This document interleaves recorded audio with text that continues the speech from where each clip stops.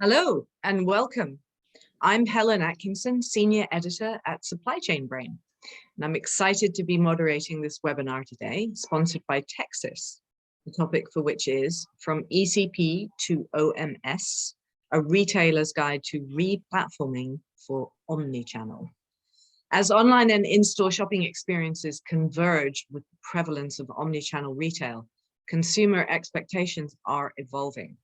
To remain competitive, retailers must look to digital transformation to balance short-term needs and long-term growth strategies. In this webinar, we will examine the two key technologies that drive favorable omnichannel retail experiences: the e-commerce platform, that's the ECP, and the distributed order management system, or OMS, and how they together can enable retailers to achieve omnichannel excellence and build customer loyalty. After the presentation, we're going to have a Q&A session. Please submit questions at any time using the tab at the bottom of your screen.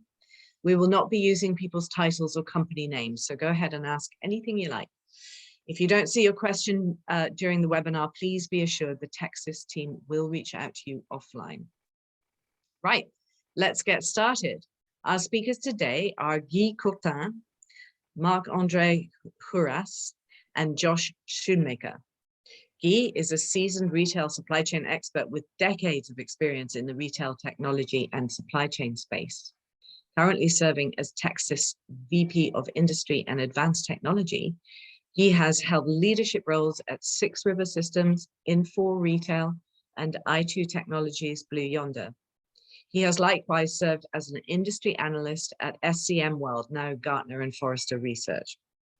Next, Mark is the Director of Sales at Valtech, a global consulting and systems integrator firm that enables digital transformation for the retail, DTC, and B2B markets. Mark has spent the last 15 years helping customers build transformational program roadmaps in e-commerce, ERP, EDI, and web portals, working with industry-leading clients including Canada Goose, OK Tire, and Coca-Cola.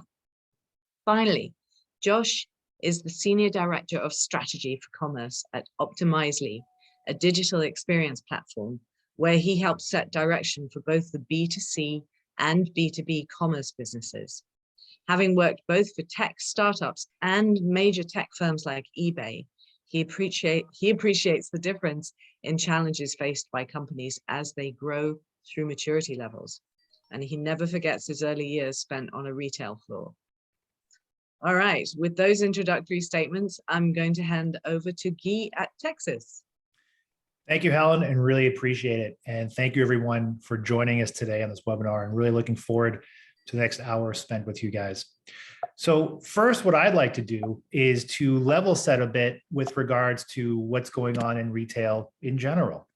So when we think about the space and we think about retail, give me a second.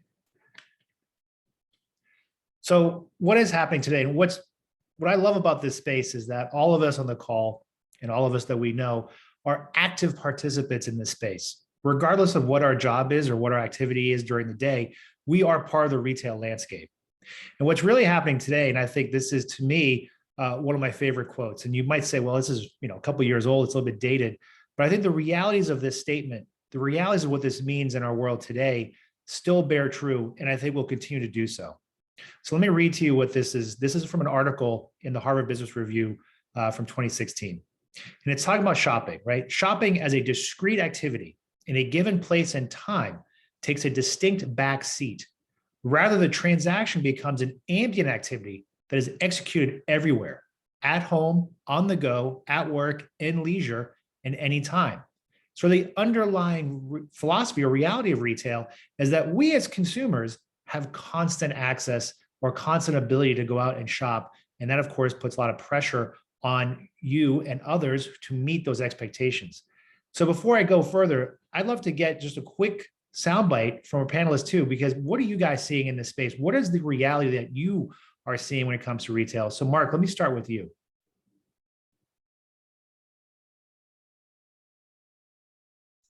Apologies for that. Sure thing, and great to be here, Guy. Thanks for the invite. So it certainly still rings true. It's always fun to look back with hindsight and to level set, several years later, um, and look at what was said. Right around that time, it's funny, I remember I spoke at a retail conference in Canada, and Omnichannel in 2015, 2016, it was all the buzz. So from personal experience and having dedicated myself solely to commerce, EDI, and ERP for the better half of the last 10 years, I really feel the second half of the last decade has largely been characterized by ERP upgrades and moving to cloud. At least that's what I've seen in the retail space. So to bring this back to the statement, I think 6 years later, I can say it still definitely rings true. The only difference is today, I think retailers are more likely to be equipped to take on omnichannel capabilities, which was less true in 2016. So, with that, I think we're in a very good place. We certainly saw an acceleration in readiness investments, due to COVID, but I think we'll be talking about that a bit later. Absolutely. Josh, how about yourself? Yeah, I really appreciate, Guy, how you've framed this and gave us a jumping off point. And I very much agree with Mark. I think the big thing that I latch onto right now is, as people are trying to figure out true omnichannel, as we're trying to deal with this idea that shopping is not discrete, but instead is woven into all of our experiences, I see a separation in how the vendors are able to provide for our retailers. And I see the separation based on kind of experience versus operations. I think there are companies that are really proving themselves out for being able to engage customers, drive loyalty, build up acquisition, make the brand stand out. And there's other companies that are really starting to stand out, specifically around distributed order management, making sure fulfillment occurs, driving efficiencies, making the workforce more aware, driven by analytics. And where many times in the past, I've seen people trying to combine these.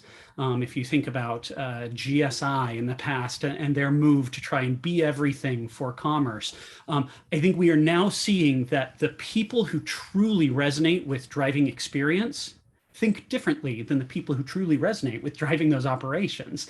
And so I think we're seeing partnerships or retailers figuring out best of breed across these. And I think that distinction can be really useful as we think about solving this problem. Is how are you actually addressing the difference between experience and operations while still making sure that they're orchestrated very tightly together? I think those are great points. And I know we're going to get into this at the panel. And I think what I want people to think about as we walk through the rest of this quick presentation is exactly what you guys just said, right? Companies are more prepared technologically wise to meet these needs, but that these needs are more complex, right? There's this whole bifurcation, if you will, between the operations and the experience and how those work together. So great points. Keep those in mind as we go forward. So thanks, guys, for that. I really appreciate it. So when I hear this, and what we want to think about when we look at the overall retail scape and what we're functioning with is, to us, and I think in the industry as a whole, what we look at is sort of three basic pillars, which lead to what I think was just said from Mark and Josh around what is out there, what is truly happening in the retail space that drives a lot of these changes. So first and foremost is around this notion of global pressures and local actions. So when I say that, I want you to think about it from this perspective. All of us, regardless if we're just a mom and pop hot sauce company out of Brooklyn and we service the Brooklyn market and we maybe sell 1 or 2 bottles of hot sauce across the country, or for a massive retailer like a Walmart or a Canadian Tire. We are global. The internet has done that, right? The World Wide Web has allowed us to become global, have a global presence, have customers anywhere in the world. But the reality at the end of the day is that we still fulfill and service, and to Josh's point about experiences, we still bring those experiences at a localized perspective. I still come into the store or have it fulfilled to my home, or I still seek the experience at a local level. So that is one of the pillars that the retailers are truly having to deal with today. This notion of being global, but having to do local actions. The second one, and this kind of goes across the board, not just in retail, but retail is certainly leading in this, which is this notion of unbound expectations.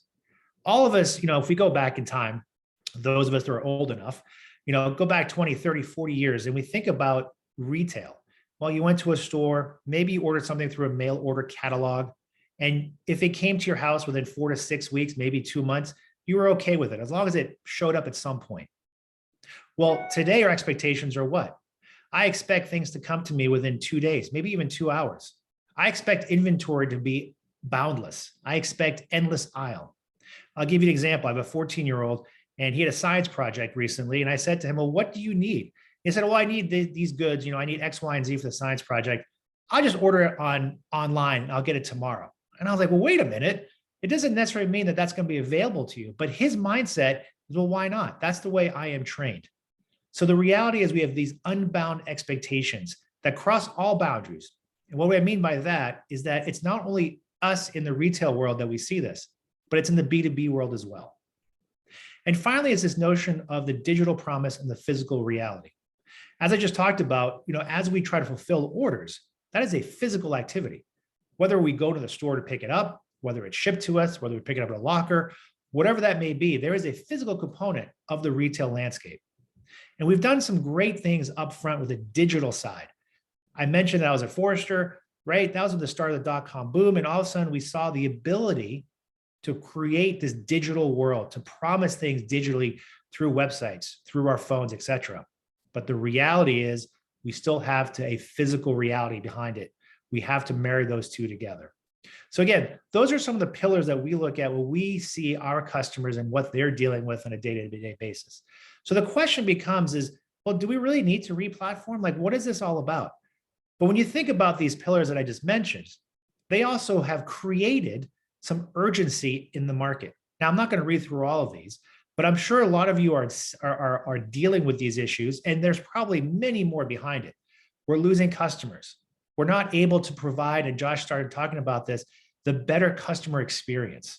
Our systems are too rigid, right? Our systems maybe were built for what retail or supply chain looked like 10, 15, 20 years ago. We can't keep up. So what is this replatforming? Why is this so important today in today's world? And part of it, again, is this is a very simple definition from Gartner, right? Replatforming, migrating an application component to a runtime platform. So let me cut through the analyst speak. What that really means is bringing your applications up to speed to be able to allow you to meet your customers' needs through more flexible applications that serve your purposes, your needs, your use cases. That's really the key to all of this. Now, when we think about some of the things we're going to talk about, order management, of course, is one of the key aspects within the overall landscape of solutions you have access to in order to meet your customers' needs.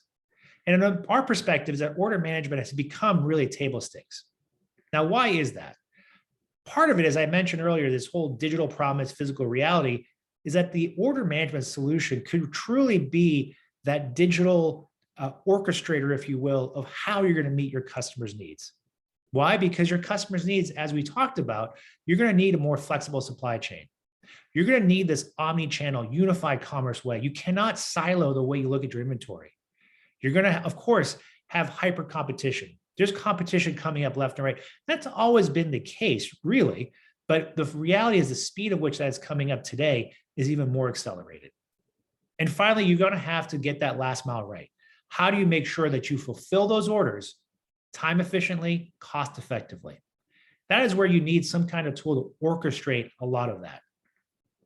And really, when you think about the vision, right, for retail and the vision, if you will, for omnichannel and for what we're doing and the tools we need to get there is really captured in this, right? The seamless experience across channels. I think it's easy to say, it's hard to do, and it's hard to do it consistently.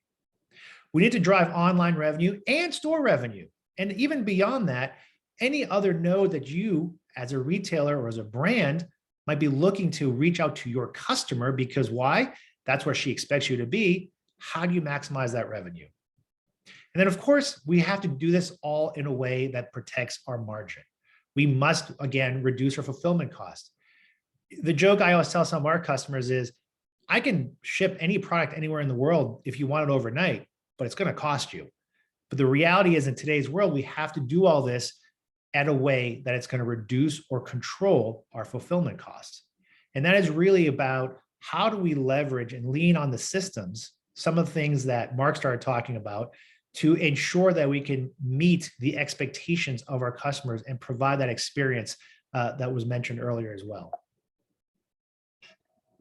So with that being said, what I'd love to do is to switch to the panel and start talking more about these concepts and how they are impacting the businesses that we see out there today. Thanks so much, Guy. That was absolutely fascinating. I really like the idea of a seamless experience across channels. I think that's the holy grail in many ways. So now we're going to have a panel discussion that includes Mark and Josh and Guy, and we'll include some questions from the audience. Once again, please submit your questions using the tab at the bottom of your screen. We'll not be using people's titles or company names, so feel free to ask what you'd like. If you don't see your question answered during the webinar, please be assured the Texas team will reach out to you offline.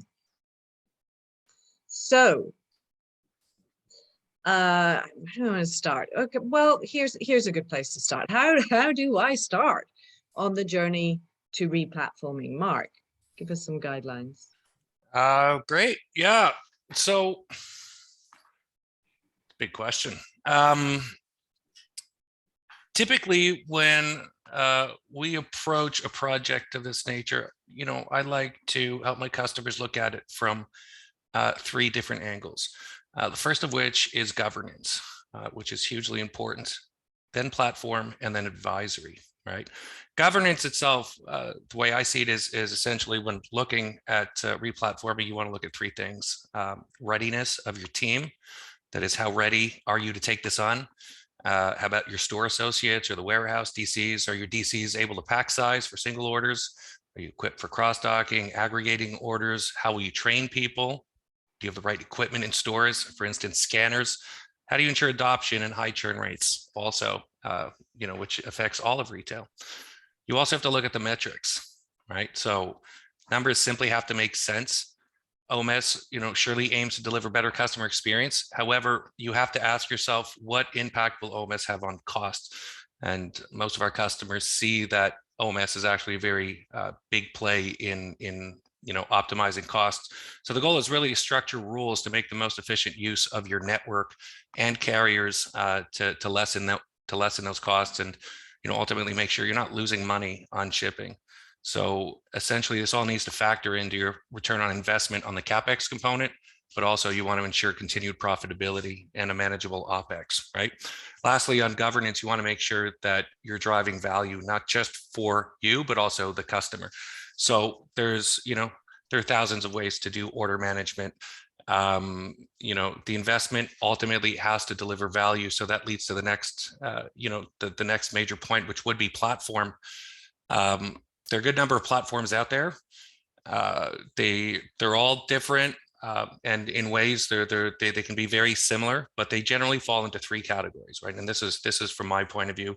You have complete OMS first systems, if you will, or supply chain first systems like Texas that will have OMS. They might have TMS with it, WMS, so transport management, warehouse management, inventory management, and all of the advisory that comes with it. You also have on the market light workload solutions, such as what is offered natively out of the box from many e-commerce platforms, right? And conversely, you might also have something similar, but more on the ERP side, right? So you might have some level of warehouse management or TMS management within ERP, or by way of ISVs that you could work with. So you want to make sure you put in place the right governance.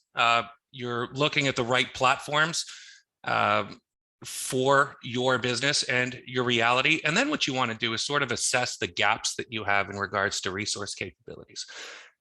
It's important that you align with the right partner. And here's a little secret. Not every e-commerce partner is well equipped to implement OMS for you. So it's important you align with an e-commerce partner that has a right sense of direction for your e-commerce play, but also that you work with a software vendor that's capable of providing that level of advisory around OMS, and that combination can be very potent sometimes. So I would certainly look out for that. You fill those advisory gaps, and then I think you're in a good place to select your platform. You know what your gaps are, and ultimately you know how to plan for the implementations and ongoing support and adoption of your tool. So Mark, is there any breakdown in those sort of three options you gave of the sort of style of platform? Do those correspond to size of business or number of SKUs or degree of international business? How would you break that down? It's a good question, and OMS is really a reflection of your, well, the OMS you need should be a reflection of your business model. You know, Guy brought up a good point earlier in saying that, you know, B2B is also a big play in OMS earlier, and that, you know, there are business models there. Yeah. There are OMSs that are probably more geared towards specific types of retail, you know, maybe apparel, furniture, that sort of thing. But in some cases, you know, retail varies quite a bit. I'll give you an example, right? We just recently implemented Texas, you know, for a fairly large LBM or lumber and building materials retailer, but this retailer also happens to be a co-op. So there are about 400, I think 20 or so stores within the network. I think about, you know, a little less than 20 of which are system owned stores. The balance are all independents that subscribe to the banner. So you have shared product across the entire network, but the independent banners also have their own stock. And just imagine how you have independents and you have different POS systems across the network. So you have countless separate POS systems. So when we implemented Texas, there was a big question around how we would work the integration, and maybe we can address that a bit later. But Texas was the right fit for us because it allowed us to, you know, primarily virtualize that inventory, and that was absolutely core, because we had to keep in mind that we didn't necessarily have a central inventory location because we didn't necessarily have the data. So what we did instead is we leveraged OMS, and OMS sort of became the source of truth for inventory, right, while there's a normalization process that goes on for the rest of the stores. So these are the kind of considerations that can go into helping you decide which platform is right. If you don't have such a heavy, you know, if your needs aren't that deep and you just, you know, you're in one line of business, you do strict order management, you might want to go with something lighter. There's a possibility your e-commerce platform might do it, but there are a number of gaps between what e-commerce offers out of the box and what an OMS does, right?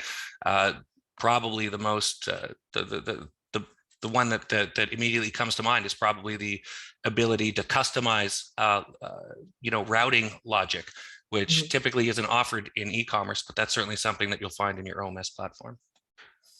That's very interesting. Excellent. Thank you. So here's another question. And this is one for Josh. What are some of the emerging trends in e-commerce platform technology? Yeah, I think that's a great question. And to understand what's happening with the technology, we need to real quick take a glance at what's happening in the market that's driving those technological changes. And I think if we look at what's happening with rising customer acquisition costs, right, it's much harder to get a new customer today than it was even just 2 years ago.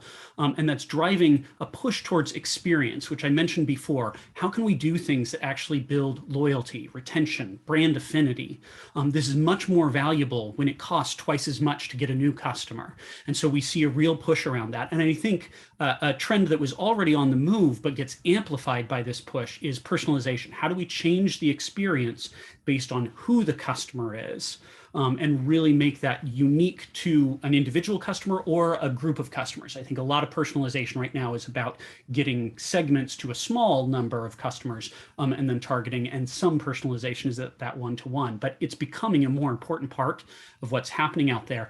And then finally, from the market perspective, I think there's also a real drive for fulfillment experience, fulfillment engagement. Like when I purchase as a shopper, my expectations of knowing where that package is, what time of day it might arrive, whether there's a change in status, whether it's coming from different locations has gone through the roof.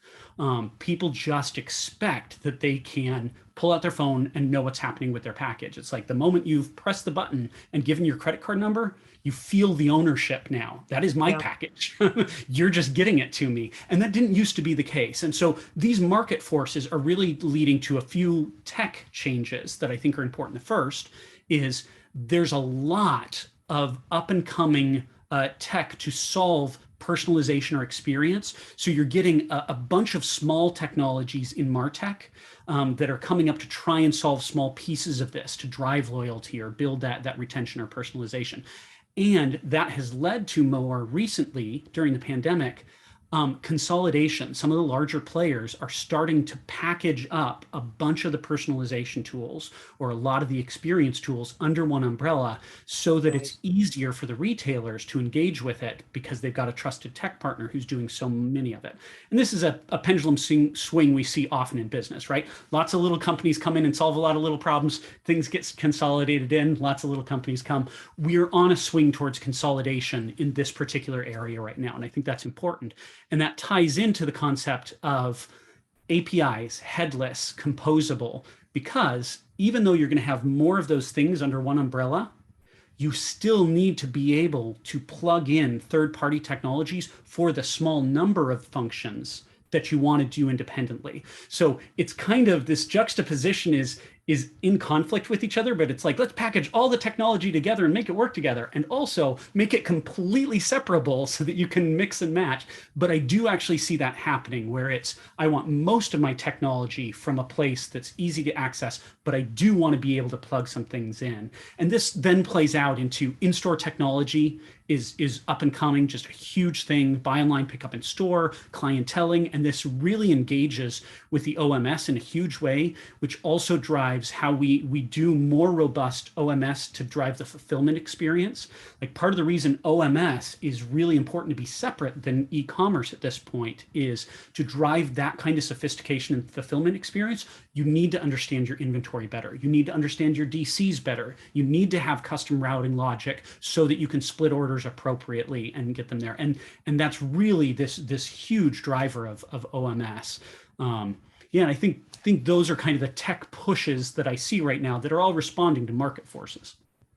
Right, great. That's really interesting. And I think I really like what you're saying about these sort of independent solutions, sort of like almost band-aids being centralized. I know that the last time I ordered something online, I ended up getting emails and texts from a company I had no idea who, and they turned out to be the third-party shipper. Well, I don't know who that is because I don't know that Target, yeah. You know. So I think that there's still, it's interesting. There's this sort of evolution that goes along. Thank you, Josh. And you just captured something real quick, Helen. Something so essential. I said fulfillment experience. You just brought up an incredible example, which is if you're thinking about fulfilling, that company fulfilled that order. They got it to you, they gave you a notification. But if you don't think about the fulfillment experience, you do things like send an email that the customer's like, who is this and why are they talking to me? You've got to think about both sides of it, the operational efficiency, but also how are you guiding that experience through fulfillment? So thank you for bringing that up. Such a perfect capture. Great, thank you. Yeah, no, I think these things are really important. It's like, how does it actually land with the consumer? That's fantastic. So Mark, I wanted to dig a little bit into some technical stuff here, if you're willing. How does an ECP integrate with OMS? And is it a very complex integration? And what about the rest of the tech stack? Wow, deep question, especially so I'm director of sales and I will do my best to answer that. And allow me to apologize. There appears to be some construction in the office today, so I hope it's not going to be too much of a distraction. So look, I mean, that really depends. And there are a lot of factors that come into play, right? And it's a big part of discovery when starting your project. The great thing with OMS is, as I mentioned earlier, is you can virtualize inventory. So it certainly makes accessing or getting visibility on inventory a lot easier. And as Josh was talking about, we live in a world today where we're starting to, we're beginning to decouple the discrete components within the e-commerce or within the application architecture and making them interact more easily, right? In some cases, you might want OMS to be, a master for your inventory. Typically, best practice would see, source of truth being ERP. You can do that as well, but not unlike e-commerce, we commonly some form of middleware in an OMS project, right? Whether it's a service bus or an iPaaS solution, such as a Sligo, for instance. The fact that retailers also have invested, in the last few years in upgrading ERP and also moving to cloud. That's really simplified integrations for us. So we have access to more contemporary options such as APIs, and not just on the OMS side, but also when you look at your e-commerce platform as well as ERP, which are typically the two applications you'll be integrating with, right? Optimizely, for instance, is a great example of an e-commerce platform that's API with an API-driven architecture, which is very powerful, not only for OMS, but for a number of third-party integrations. Now, in the era of APIs and today's what we have available today, good old-fashioned flat files and batch updates are still pretty common. You won't get around those. You don't need to achieve real-time visibility for Omnichannel to work. Okay, that's a myth. Many of our customers still work off nightly inventory updates. The retailer I spoke about just before still operates that way. So today's systems, today's systems can handle batch uploads at just about any interval. So whether that's daily, twice a day, every 15 minutes, or 5 minutes if you want to. So what's important, the real important thing to ensure here is that both upstream and downstream data across all your systems are synced when events are triggered, right? And this comes with proper analysis during the discovery phase, and your partner will be able to help guide you onto the right path and make sure that you're employing best practice, right?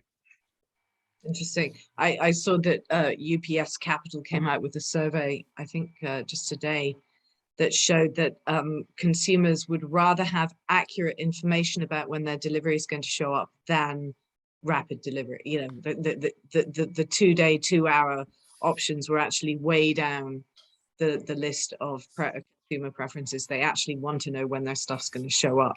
Very, very good point. And I see a lot of myself in that, Shirley. And in support of that, and maybe they prefer that to they prefer that to knowing that they'll get it next day or same day, but still the next day, same day, or the quick shipment is certainly something that people have grown accustomed to both your point and to Josh's point. Sure.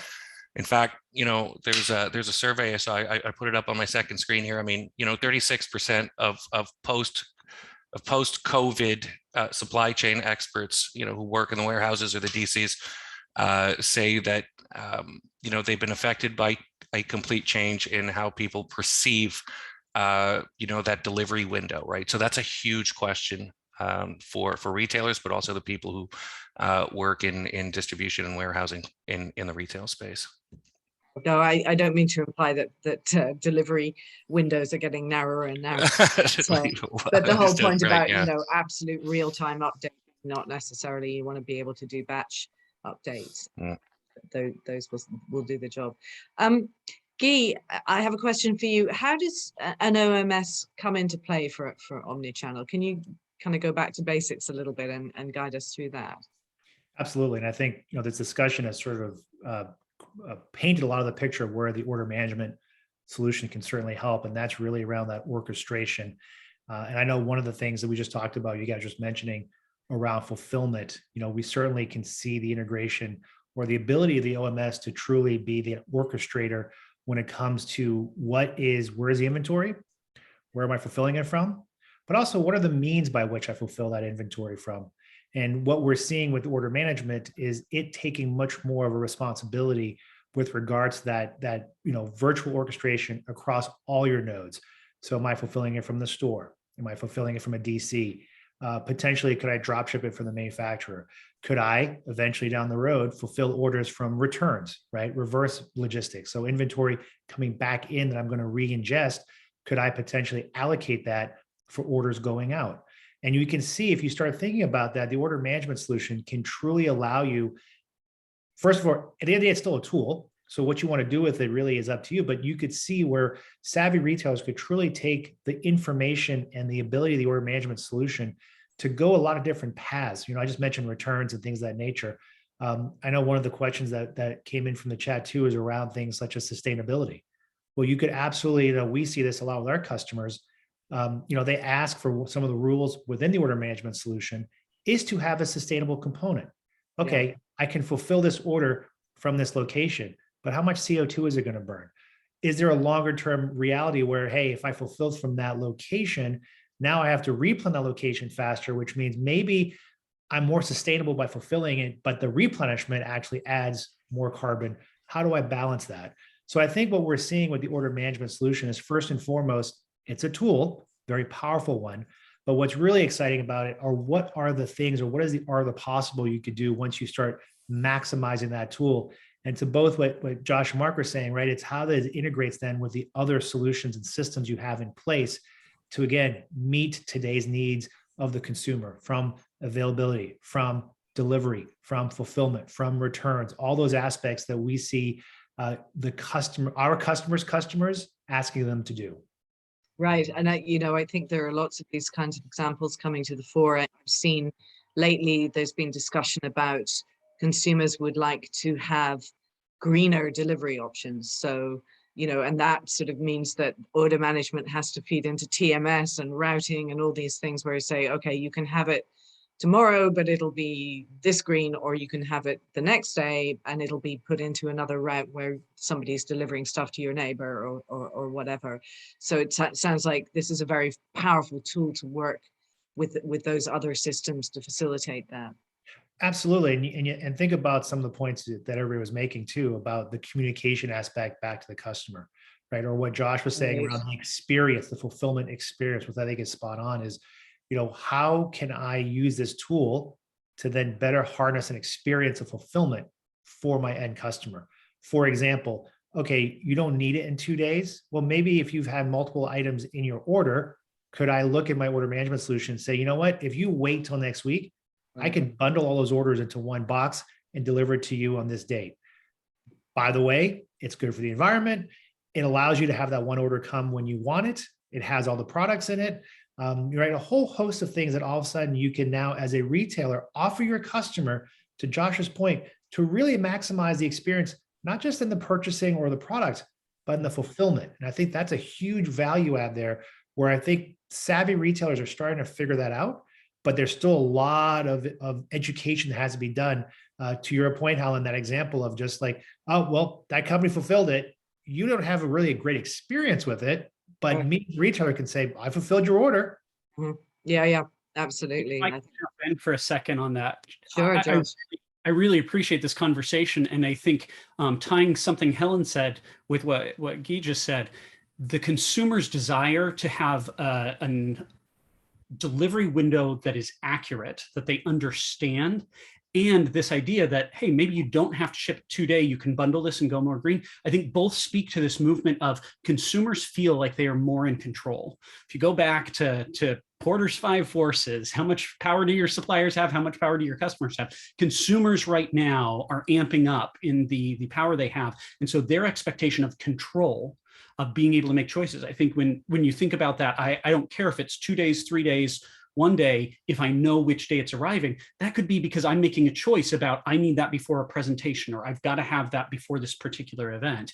If you think about how I bundle these things together, it's, I personally need to have this much of a green impact on the world from my self-identity to really be solid. And so I need that control lever. And I think so much of it comes back to having that control and clarity as customers are doing this. And that can then help us as we're fighting with, you brought up fighting for margin. How do we do our fulfillment costs in a reasonable way? It doesn't have to be, how do we get everything delivered to people within 24 hours of order? It can be, how do we make sure that their real needs as a consumer are being met? And sometimes that's fast delivery, and other times that's using control to get other things they care about.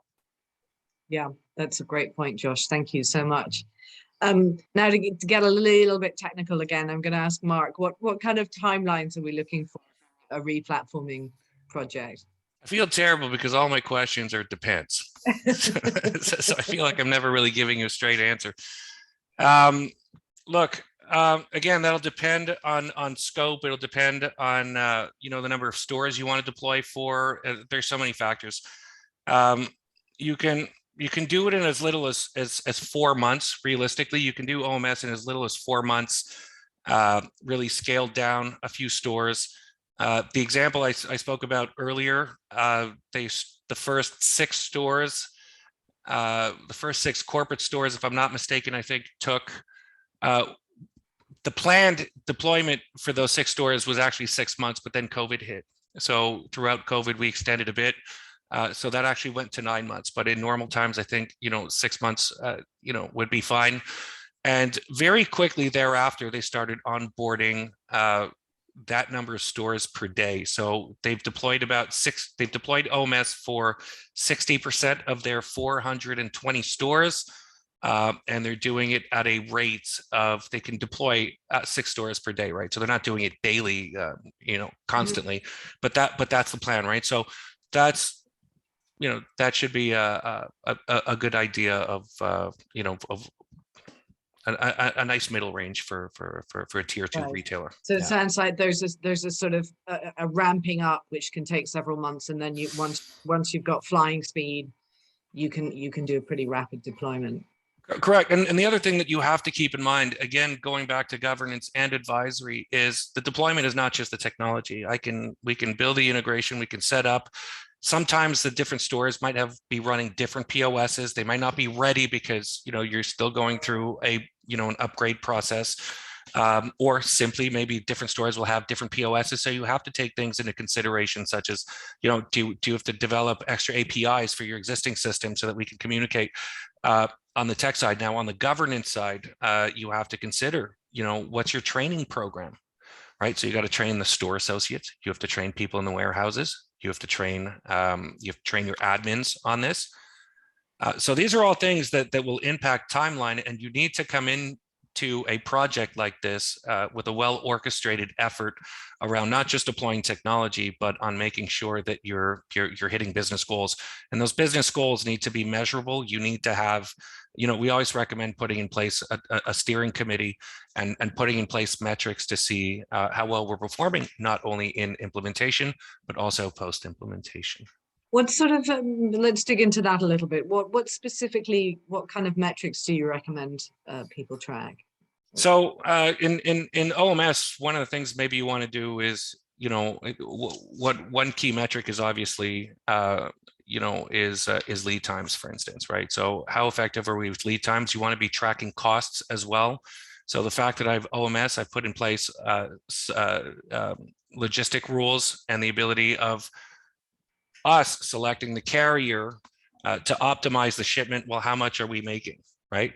And I'm throwing these out there because, I mean, there's so many metrics that we can track. Another example is, we had one customer buy scanners for an OMS project, but they hadn't used it. So you want to track adoption rate of the tooling. Yeah. So what they were doing is actually the in-store associates would just go in, they take something off the shelves, and then they go and punch it into the computer.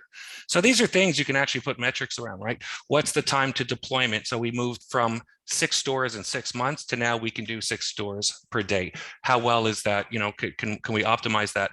I talked about another metric earlier, which was, I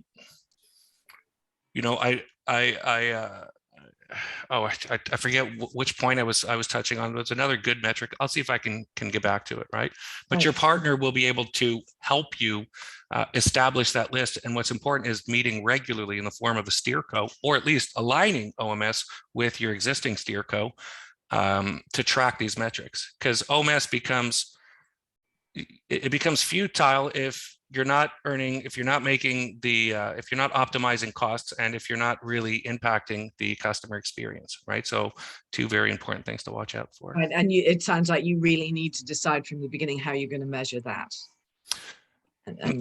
You want to be agile, though. You want to be agile. You want to have a good idea at first, but you're constantly gonna evolve how you track things, right? But you certainly start with a baseline. Yes. One thing too. Sorry, I was going to add what Mark was saying, and I think it's something that is, we've been saying this, or I've been saying this forever, or others have too, but we have to remember, right, what we're talking about here is the technology, which is a tool, which is fantastic. But I think to Mark's point, there's a lot of change management, right, governance that has to happen up front. There's a lot of thinking that has to go around, well, how are we going to leverage this technology, and how are we going to leverage this tool, and how are we going to measure success out of it? Because one of the things that I always try to caution our customers and prospects is that if you buy our solution, right, we can do certain things, we can do a lot of things, but if you come into it with the wrong expectations, then we're all bound for failure. Because at the end of the day, it is still a tool that you need to use, and use it properly. Yeah, that's a really great point. Excellent. And actually that leads me to my next question. I'd like to ask each of you what you think the barriers to adoption are, what's stopping people from doing this. Mark, maybe you could start. There are many. They're not all justified, but it's a cultural thing sometimes. I think the first is definitely making the right business case for it, aligning KPIs. I mean, it becomes, OMS becomes a no-brainer once you've exhausted pretty much everything your out-of-the-box commerce platform will do. So typically what we'll try to do to get buy-in will be, we'll push your MVP, if you will, or we'll push e-commerce to the limit until you start feeling the pain of not having an OMS. And that's the best time to make a decision because you've got data, right? You've got data and support, and then you can easily make your business case as to how things will be better when you move along. So that's the number one barrier. Number two is quick. There could be a million different ones within organizations. Again, culturally, could be churn in management. It could be analysis paralysis. We can have a whole other discussion around what the barriers for OMS are, right? And you've got some variable ones and ones that are a little more debatable, but ultimately the barrier for not choosing OMS, right? The ultimate barrier, if you will, should be your business case, right? Will you save costs? Will you optimize your shipping? And will you deliver better customer experience out of it? That's a great answer. Thank you, Mark. Guy, what do you have to say? Yeah, just to rebuild on what Mark was saying, but I think the biggest barrier is sort of the unknown in some degree, right? Not knowing what you don't know. And I think that's where, sometimes us here on this panel have to remember that, we live this space. We live it, breathe it, this is our job. So I think a lot of times we take for granted what we know and what others are processing. Sure. So I think that's one of the barriers is education, is knowing, and then it's to Mark's point is getting out of the analysis paralysis. And I think that's certainly, but we see that across all technology, right? I think that's same across whether it's of course, yes, or putting a new HR system in. Right, Josh, you're working at the coalface of resistance. So what do you see going on there? I know that there's a lot of ones, but I want to bring up two, one that's very predictable and one that may not think of. So let's start there. I think that at least in North America, a lot of businesses have institutional trauma from ERP replatforms, from trying to implement an old monolithic system. And so their perception of what it is going to take to do these is predicated on, yeah, 10 years ago, I told my boss we'd get that done in a year and it took us 4. And it's not that experience isn't worthwhile, because that experience should teach you about what questions do you ask up front, or which partners do you surround this with, or how do you get a good steering committee. But I think the actual consequence is a real pullback from being willing to be bold and step forward because of the trauma. Because people are like, you don't get fired for keeping the thing running at the same level, but you do get fired if you try and do this thing and it totally falls over. So I think that's one. The other one's probably more predictable, but I think a lot of people approach these projects from a CapEx perspective, rather than recognizing it's an ongoing program that actually you really need to be thinking more about OpEx and how the impact is there. And so we get into a mindset of, for CapEx, we must have these 10 signatures, and we've got to identify the total spend, and we've got to identify when the outlay is. Which are appropriate things, but I think that misses the bigger picture. If we actually, in the B2B commerce world, there's this phrase of, you were starting a digital branch, not launching an IT project. Right. And when you approach it that way and you say, oh yeah, of course there's some CapEx in that, but that's not actually what's important. What's important is, how are we going to deliver on this? How are we going to keep it running? How are we going to make sure that investment drives the success? And I think as soon as people change that mindset, we see them act much faster to say, oh, wow, if I really think about this as my program has to deliver this kind of ROI rather than how much does it cost to implement something, we often see them say, whoa, we should have done this 2 years ago. Let's get going. So Those would be Well, my. well said, Josh. Well said. I still think CapEx is important, but absolutely well said. Well, yeah, you have to have the money to start off with. Yes, in assessing it, you know, it's the gift that keeps giving, isn't it? So that's really interesting. So we're beginning to run out of time, so I'm going to move to our final question, which is this: we are facing multiple challenges with supply chain issues and inflation. Can I wait to do this? Can I wait to re-platform? I'm going to ask all three of you. First, Mark, what do you have to say? Great. Can you wait to do this? All right. If there are any skiers out there, you might be familiar with Warren Miller's famous saying, if you don't do it this year, you'll only be 1 year older when you do it. Here's the reality, okay, of commerce and where we're at today. We've just been through a pandemic, a massive one, the biggest one in the last 100 years. And if there's a silver lining in what we've just been through, it's that the industry, the retail industry, has showed us we can live through a pandemic with limited disruption, relatively speaking. Two, the pandemic really sort of accelerated e-commerce investments. It lit the fire under you know what, and consumer behaviors have shifted drastically, and it's hard to make the argument that they're going back. And we saw notable changes in categories of, notable, in age categories that aren't typically associated with early adoption of technology. Anecdotally, I could, it's funny, when the pandemic hit, miraculously, my mom found the patience to learn to shop online. Marketplaces, a huge threat. Again, they really benefited from COVID. If you're a tier 2 retailer, you're really caught between, the Amazon-like marketplaces and the tier 1 retailers who have deep pockets, nationwide logistics and store operations, and who've realistically been investing in omnichannel for more than a decade now, right? So what we've learned is that e-commerce, somebody brought up e-commerce as a profit center. I think it was you, Josh, and absolutely right. And when you compare e-commerce as a profit center to, say, your traditional store operations, it's clear, it's not even close. E-commerce, brings about the best operating margins. Your beta is a lot healthier under e-commerce, or at least it should be when compared with traditional channels. And when uncertainty looms like we see today, inflation, 7 interest hikes have just been announced for the next 2 to 3 years, Russian economic collapse, the potential for stagflation, and who knows what else is going to happen in today's world. I think it's a pretty safe bet e-commerce will be the last line of defense. And more importantly, I think it'll be the last line to be cut from a retailer's operating budget. Right? So can it wait? My answer to you is, if you don't do it this year, your company will only be 1 year older when you do it, right? That's a great answer. Thank you, Mark. So Josh, what do you say? What can I wait to do this? Can I wait to platform? My answer to you is what Mark said. No, I really do appreciate that Mark captured something that quote, that approach to this, I think is such a driving force of how we need to be thinking about it. Because if you're thinking right now, I think we need to wait.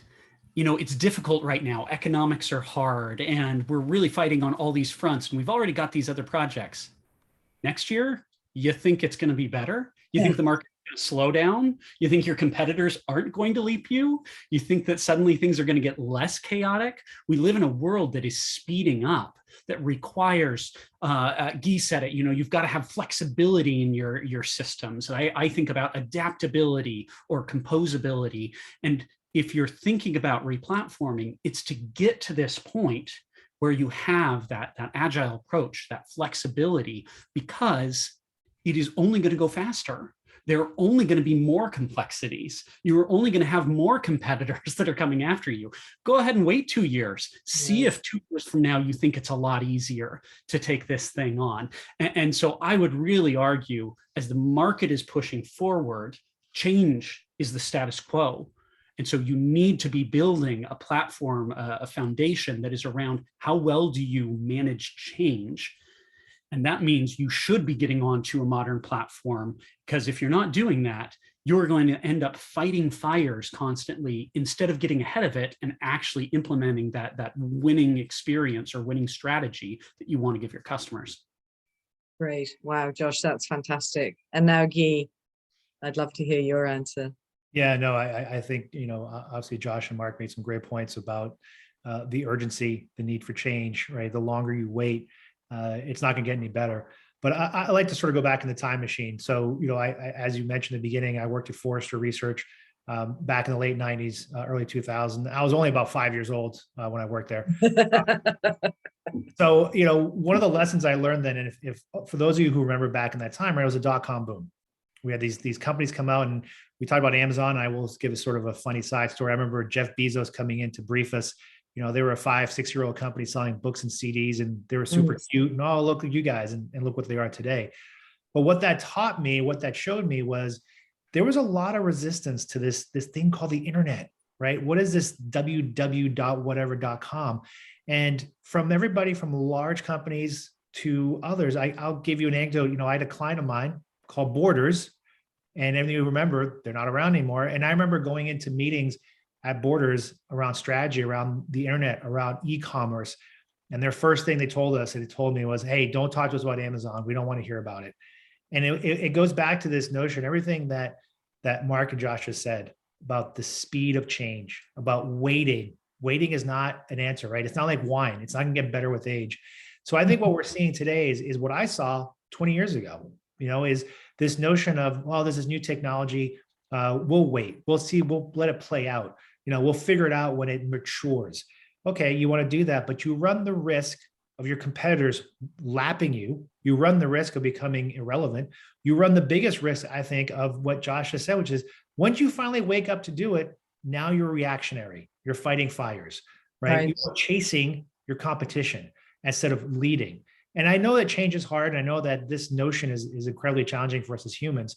But I think if, the one bit of advice I have for folks is to say, go back in that time machine and look back at 1999, 2000, and the whole conversation we had around this websites. Fast forward today, having a website, does anybody question the importance of that, or a mobile site? So I think we're seeing the same thing repeat itself. And, that's, of course, one lesson we all learn in history is those who don't learn from it are bound to repeat it. And I think that's where we are today. And I, want to emphasize too, the difference between what happened in the 90s and today, and building on what Josh said, is that pace of change. It is so much faster than it was 20 years ago. So that's even more of an urgency to get off the sidelines and to get into this now. Great. Thank you, gentlemen. I'm afraid that's all we have time for. Thank you to Guy, Mark, and Josh. And thanks to everyone for participating. I think we've learned a lot about replatforming and how it can facilitate omni-channel operations. We had a lot of questions today, and we'll be answering the ones we didn't get to with you offline. If your question during Q&A wasn't answered, or if you have follow-up questions, please do feel free to contact Texas at the email address we're going to send you after the end of the webinar. Additionally, you can visit the Texas booth at Shop Talk at Mandalay Bay in Las Vegas on March 27th to 30th. They'll be at Nuke number N3. Also, we're going to be sending you an ebook by Texas for free, The Ultimate Guide for Omnichannel Fulfillment Success. That should be full of great information. Thank you all. This has been really interesting. Stay safe, stay happy, and enjoy the rest of your day.